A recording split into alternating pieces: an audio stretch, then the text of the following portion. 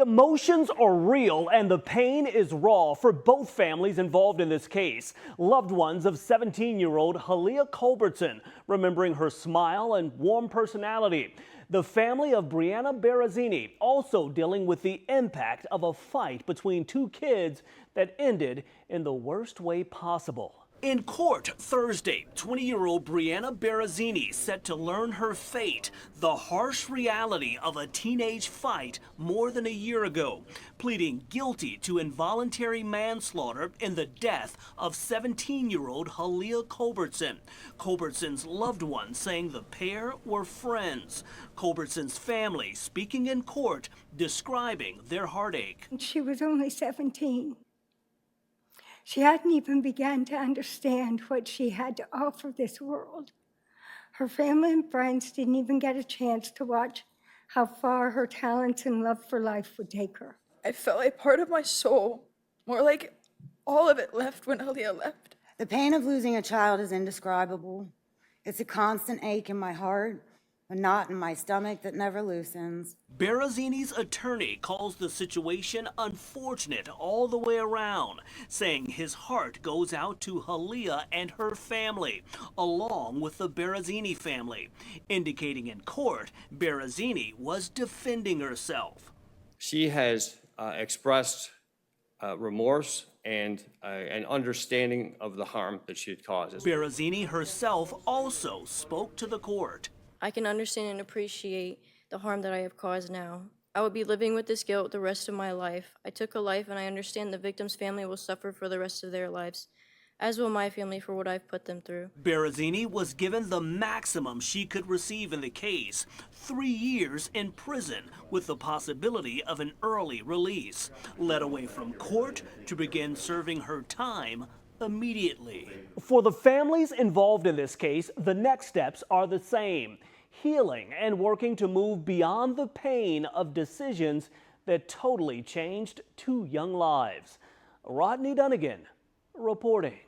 When we met the Evans family back in May of this year, their only focus was getting their son Sean back to health and getting him home to Cleveland. The family got plenty of support from this community, and the only wish they truly wanted to see Sean happy and healthy.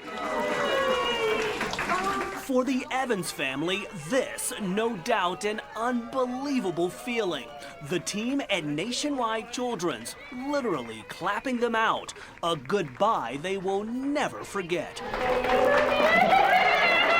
Since January, the Evans family had called Central Ohio home, living at the Ronald McDonald House as their 1-year-old son, Sean, received treatment at Nationwide Children's Hospital.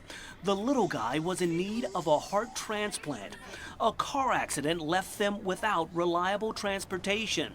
We spoke with the family after a local car dealership gave them a new vehicle. Just to know that people are out there that care just means so much to us, and ultimately helping us in our situation.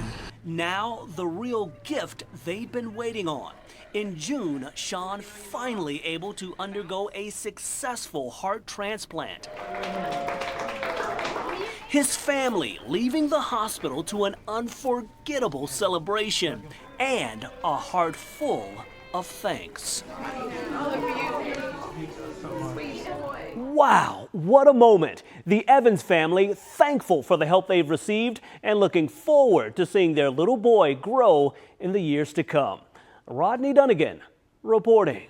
With each passing day, more details being released in this heartbreaking case. Jonna Lowe, the girlfriend of Martonio Wilder's mother, had contacted Columbus police to turn herself in connection with Martonio's death, appearing ready to tell investigators what she knew about the case. Okay, come on out.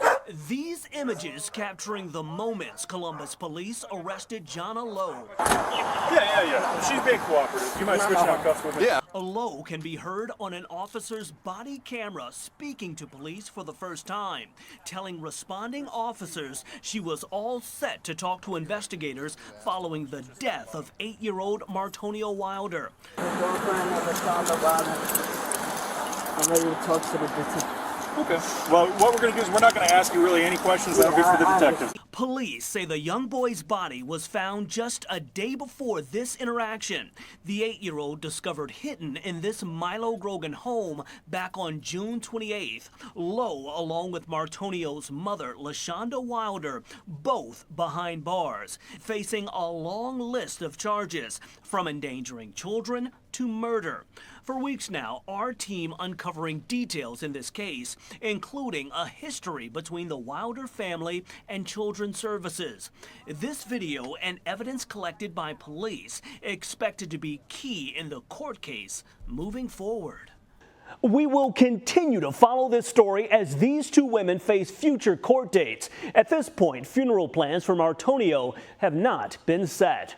On your side in studio, Rodney Dunigan, ABC 6 News. 15-year-old Camden Hibbett has the need for speed and the talent to take him to the next level. This coming fall, he'll be testing his talents against some of the best young drivers in the world. There's so much more that goes into driving race cars than most people think. It is a completely different game from, say, driving your car on the street. There's so much more that goes into it. 15-year-old Camden Hibbett is focused and committed to being the best. He fell in love with NASCAR at the age of 2, starting his racing career at the age of 5 when his parents formed Hibbett Motorsports. There's no other sport quite like it. When we met him, he'd just been named as a Mazda Motorsports factory team driver, describing for us his passion for the sport. And there's not a ton of sports where you get the adrenaline feel that you do in this. You're going 110 miles an hour down the straightaway, inches apart from somebody. Now another huge honor, drafted into the Racing Prodigy League by Williams Esport Prodigy Team Racing. Camden, one of 24 drivers drafted, getting a paid contract. The team training young drivers for a real-world career in racing. Camden is quite the young man and will be getting to work with his new team pretty soon. The first race for the league is set for late October. One thing's for sure, we will be seeing this young man among racing's best pretty soon. He is no doubt proving to be positively Columbus. On your side, Rodney Dunigan, ABC 6 News. Volunteers with Charity Newsies stress their work is crucial in this community, working to not only help kids in the classroom, but give a much-needed financial boost to their families as well. Hundreds of families lining up throughout the day outside Charity Newsies, the nonprofit teaming with neighborhood services for a massive clothing and school supply giveaway. Shuba Limbach with Charity Newsies says these items essential. Backpacks filled with materials, along with shirts, pants, socks, you name it, a hand up for families who need it. Clothing insecurity is becoming a major issue for parents. We hear more and more about parents making decisions between paying rent and getting school uniforms or school clothing for kids along with school supplies. And so we wanted to really help support families who are dealing with financial insecurity. More than 1,000 kids and their families receiving help. Parents like Kisa White thankful for the support. It's very expensive. Prices have gone up, and technically my paycheck has not gone up. So I try to utilize resources to cut down on what I spend inside my household. This effort made possible through donors along with funding from the city and county. Volunteers also a big part of this push to support families, from raising funds to helping to distribute those supplies. A huge undertaking geared towards helping those in this community living on the margins. On your side, Rodney Dunigan, ABC 6 News. Leaders behind the Real Men, Real Talk Mental Wellness Summit say they're aiming to create a welcoming place for open and honest conversations about mental health, especially among Black men. They teach us this. Unpacking the baggage of life, creating a safe space for men to feel vulnerable. Kenny Hampton and organizers of the Real Men, Real Talk Mental Wellness Summit say that's a key part of their mission. Well, what we've learned is a lot of men are just hesitant on showing any sense of vulnerability. any idea that we could potentially be perceived as weak. According to the Health and Human Services Office of Minority Health, only 26% of black men 18 to 44 who experienced daily feelings of anxiety or depression were likely to use mental health services. John Gregory stressing that has to change. That there is healing in sharing. Both Gregory and Hampton say for years, discussion about mental wellness in the black community has been put on the back burner, in large part by men. One of their recent projects has been the Mask Off campaign, urging men to take off the mask of who people think they are, turning it around to reveal the stresses of life they need help with. What is it that people see when they look at us? And what is it that we're projecting? They believe efforts like the Mental Wellness Summit are vital, allowing not only the space to talk about issues, but providing the tools and resources to help men cope with mental health struggles. I know this is saving lives. I can tell you the number of young black men that have come to us and said, you know what, I was on the verge of suicide. Organizers of the summit say they're committed to creating an open and honest dialogue around mental health for black men. Insight that in some cases can be life-changing. On your side, Rodney Dunigan, ABC 6 News. Let's start with the good news. Both the 911 and 311 systems are operational. City workers are also getting checks. Payroll is good.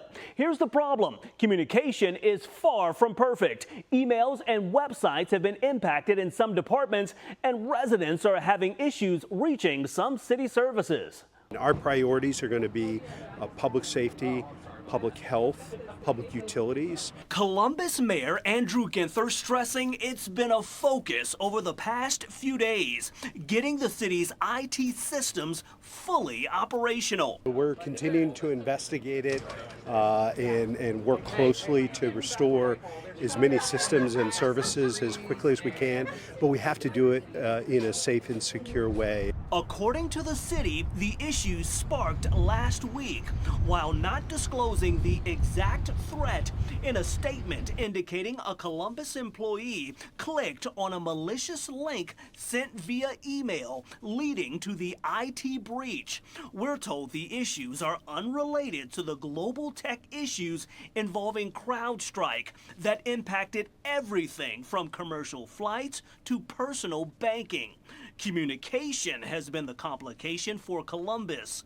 City Attorney Zach Klein saying on social media his office's email and website offline. The City of Columbus page also detailing network outages impacting service. We still don't know enough to fully understand the impact, but we believe that we're going to be able to restore things in the next several days. The city's Department of Technology is working to determine exactly what information may have been acquired during the breach. At this hour, cybersecurity experts are working with the city to identify and address any issues. Unfortunately, no word just yet on when all city communication systems will be back up and running at normal capacity. Of course, we'll stay on top of all of it for you and bring you information as we get it. On your side, Rodney Dunigan, ABC 6 News.